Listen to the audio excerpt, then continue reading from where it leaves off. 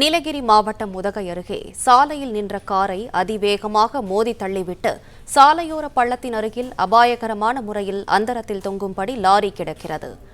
கூடுதல் விவரங்களை செய்தியாளர் விஜயசுந்தரம் வழங்க கேட்கலாம். விஜயசுந்தரம், வணக்கம். மேலும் விவரங்களை சொல்லுங்க.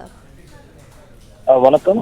நீலகிரி மாவட்டம் உதகையிலிருந்து மேட்டுப்பாளையம் நோக்கி சென்று கொண்டிருந்த லாரியானது குன்னூர் அருகே இருக்கக்கூடிய வாட்ச் கம்பெனி பக்கத்தில் இருக்கக்கூடிய டிடிசி காலனி பகுதியில ஓட்டுநரினுடைய கட்டுப்பாட்டை இழந்து சாலையில் நின்றிருந்த காரின் மீது மோதி அந்தரத்தில் தொங்கிய நிலையில விபத்துக்குள்ளானது.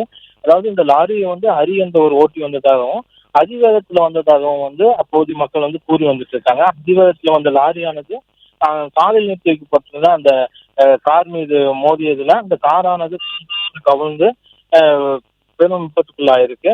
உடனே இந்த தகவல் அறிந்த இந்த சம்பவத்துக்கு அதாவது தகவல் அறிந்த காவல்துறையினர் சம்பவ இடத்திற்கு விரைந்து மீட்பு பணியில ஈடுபட்டு வந்துட்டு இருக்காங்க.